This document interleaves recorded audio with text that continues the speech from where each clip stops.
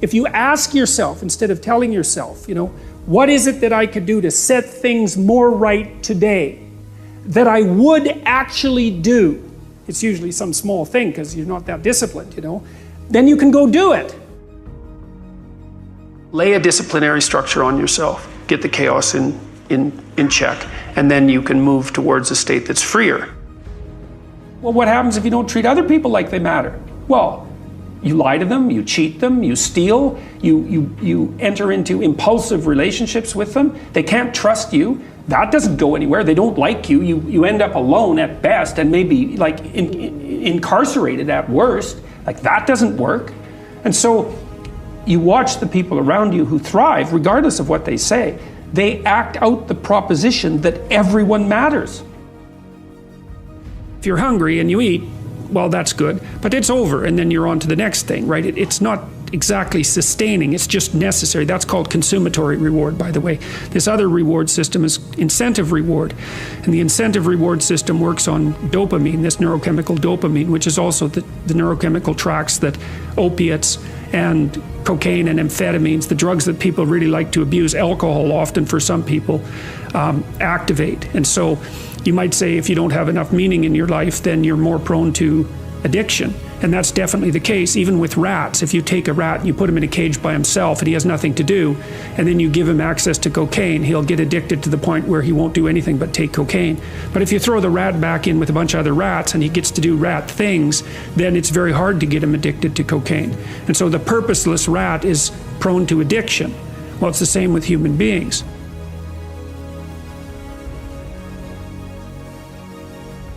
Kind of have this idea that you have a certain delightful, wonderful, positive freedom as a child, and then that's given up as you approach adulthood. But the truth of the matter is that you have a lot of potential as a child, but none of that is capable of manifesting itself as freedom before you become disciplined. And discipline is a matter of the imposition of order, and the order is necessary, especially for people who are hopeless and nihilistic. And lots of people are hopeless and nihilistic, way more people than you think. And part of that is because no one's ever really encouraged them. The magnitude of the reward you experience as you're moving towards a goal is proportionate to the importance of the goal. So that means the more important the goal you pick, the more possibility there is for the kind of reward, let's say, it's really a state of being that is life-affirming. And it is directly life-affirming in that, like if you're in a football game and it's an important football game and maybe you break a finger, and normally that's a problem. It hurts and you're going to stop doing whatever you're doing. But if you're right in the middle of the game, then you'll be so amped up on this reward system that it's analgesic. It stops the pain. It also suppresses anxiety. People have extracted unbelievable successes out of catastrophic failures. And I'm not saying that in a naive way. I know perfectly well what happens to people. You're doing fine in life and then you get cancer. And then 6 months later, you're dead. And all the heroism in the world isn't going to save you at that point. But that's not the point. That's not the point. Life is bounded by mortality. But that doesn't mean that you don't get out there and contend, and you develop by contending, and you minimize the net amount of suffering in the world. And that's something, man. That's something to do. I'd rather you hate me and get better than like me and stay the same. What do you stand for? What do you believe in? A lot of us are full of... I was one of those people back in the day. And sometimes I'm still full of shit. We think that we're working our ass off, working hard. We've been working out hard in the gym for a month, but we haven't seen any results. So we get off down and poopy pants. You study for 30 minutes for a test, and you didn't do as well as you thought. What did you expect? You're not putting in the work. You have to do more. Everybody goes, what is your secret, man? What's your secret about business? What's your secret about this? What's your secret about that? You don't want the answer. The answer is, you see these hands? Hard work. Hard work, man. You have to look at suffering as almost like I look at failure. To succeed, you must fail.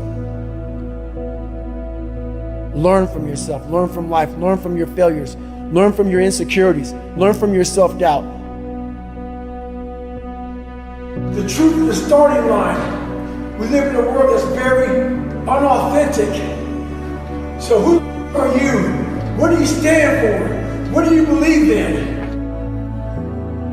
There's a lot of successful people in this world who still feel empty inside. And they wonder why they still feel empty. So they try to make another million, 2 million, 3 million. Let's buy a new car, a new house, a new boat. Let's buy more of everything. At the end of the day, they still feel real empty inside. For me, I wasn't even successful, I just felt empty. So I was trying to hide my insecurities, my doubts, all this bullshit. So I was trying to dress up a turd. And when you try to dress up a turd, you're still a turd. It's like a turkey. You get a turkey for Thanksgiving. If you don't know what you're doing, you cook that mother without going inside and cleaning it out. You gotta clean the insides out before you start dressing it up. Same thing with life. If you don't get inside your soul, inside your heart, and fix it, be willing to go to war with yourself.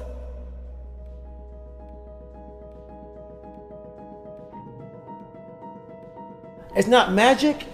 It's literally, you're gonna have to wake up and you're gonna have to sit there and say, today's gonna suck. And then when that day is over, you're gonna wake up again and say, the next day is gonna suck. You're not putting in the work. You have to do more. And the only way to see who the baddest motherfucker is to suffer. You know, a lot of people don't like what I say. A lot of people hate that I cuss. A lot of people hate a lot of things about me. I don't give a. When you find out who you are, that's when you start living your life. Don't fit in just for the sake of fitting in life. Make sure that you have something to say it. Within the suffering, go in there, and I call it the live autopsy.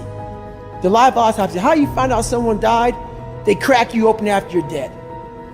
How you can live is do it while you're alive.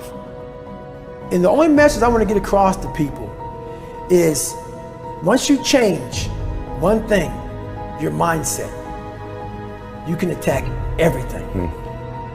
Go back in your brain, crack it open while you're alive. Don't wait until you're dead to figure out why you died. Do it while you are living. Go in there, go into the suffering, go into the pain of your life and say, why did this suck for me so bad? Why am I afraid of all this stuff?